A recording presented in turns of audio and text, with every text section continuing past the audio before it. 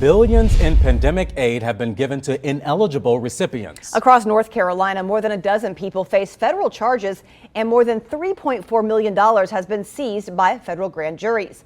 A News 13 investigation uncovers federal charges now pending in the mountains. Investigative reporter Jennifer Emmert continues digging into how billions in coronavirus relief loans were spent and how ineligible recipients got their hands on your tax dollars. Right this way, y'all.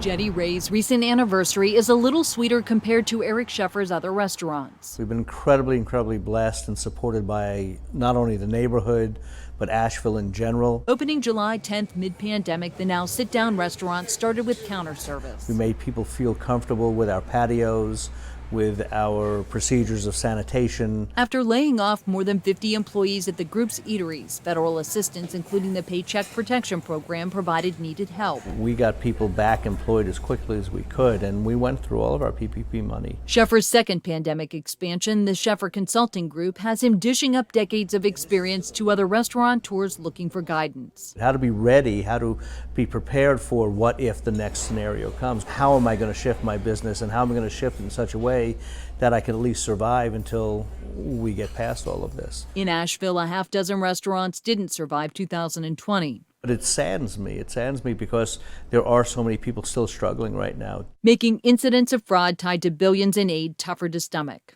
I reached out to the U.S. Small Business Administration Office of Inspector General. You may report fraud, waste, or abuse. Its hotline has received over 209,000 fraud complaints nationwide. While they've detected fraud in all of the pandemic response programs, the Economic Injury Disaster Loan Program, or EIDL, has been the most vulnerable.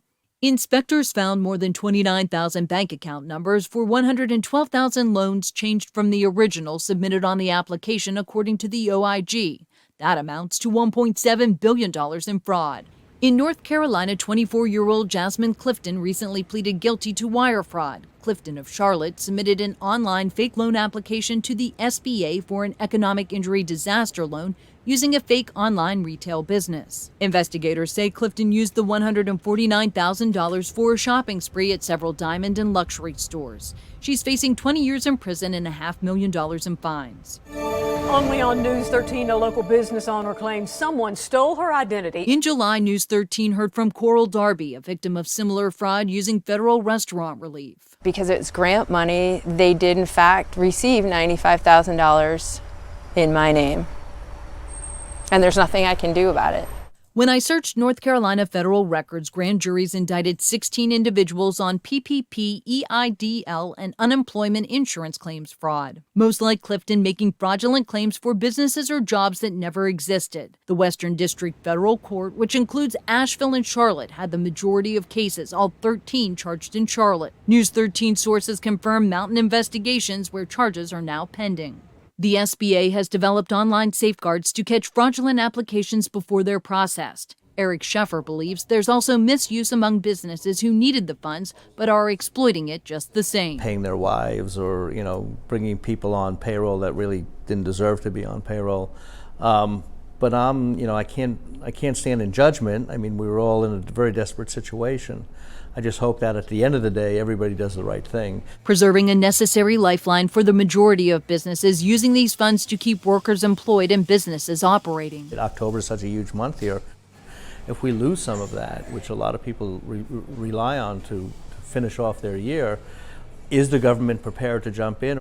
Much of the fraud reported to investigators has been turned in through financial lenders, although anyone can report fraud anonymously. You can do that through local law enforcement, the SBA, the Pandemic Recovery Accountability Committee, or the U.S. Attorney's Office. You can find those links at our website at WLOS.com. In McDowell County, the Marion City Council held a special meeting tonight to discuss COVID numbers. COVID cases prompted the city to postpone the popular Bigfoot Festival. And city leaders say another cancellation could happen soon. News 13's Andrew James is live in Marion tonight with more on that meeting. Andrew. Yeah, city leaders tell me that decision to postpone the Bigfoot Festival will hit local businesses hard. That event brings an estimated 40,000 people to the city in past years. And with these COVID numbers continuing to rise, they have more tough decisions ahead.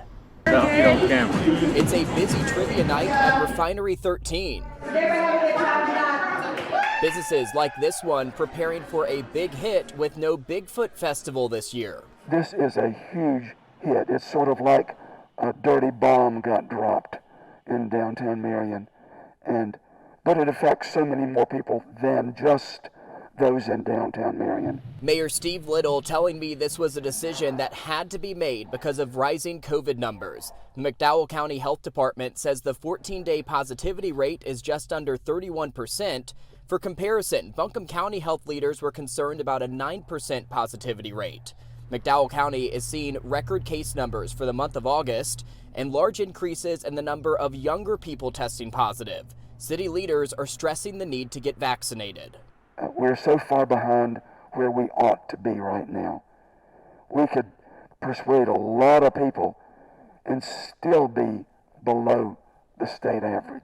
Council members decided to resume a social media campaign to encourage masks and vaccinations, similar to what they did earlier in the pandemic. Do you think that's enough, though? Social media campaigns, you speaking one-on-one, do you think that's enough to make a change?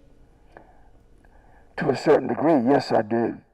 I continue to push for anything that would be helpful and to our citizens. Councilmember Don Ramsey proposing more, though, discussing a mask mandate for the city of Marion. To me, the mask mandate is one of the key ingredients to stopping the transmission of the virus. An idea that did not get much support from the mayor or other council members. I don't want to come across too heavy-handed for those people who are considering it. I do not want them to think, oh, so they think they can make me do this, huh? I'll show them.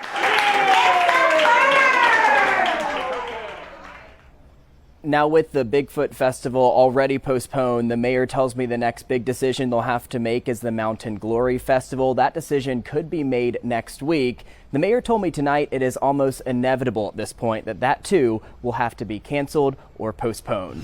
Tonight we have live team coverage as the number of cases keeps spiking, starting with that mass quarantine situation in Buncombe County. This as school board members vote again on a face covering policy. News 13's Hannah McKenzie is live with the details. Hannah?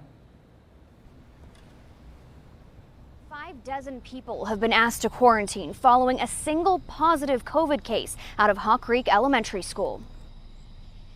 Buncombe County Schools telling us approximately 70 people identified as being in close contact with an infected individual at Hawk Creek Elementary are being asked to quarantine. The news coming on the heels of Thursday's school board meeting. We have seen an increase in terms of that percent positivity. Citing data from the CDC and North Carolina Department of Health and Human Services, Superintendent Dr. Tony Baldwin recommending the current mask mandate remain in effect. All those in favor? Aye. The board voted. Any opposed? Thank you. Motion passes. Mask policies not initially on the board's agenda, but they voted to make an amendment.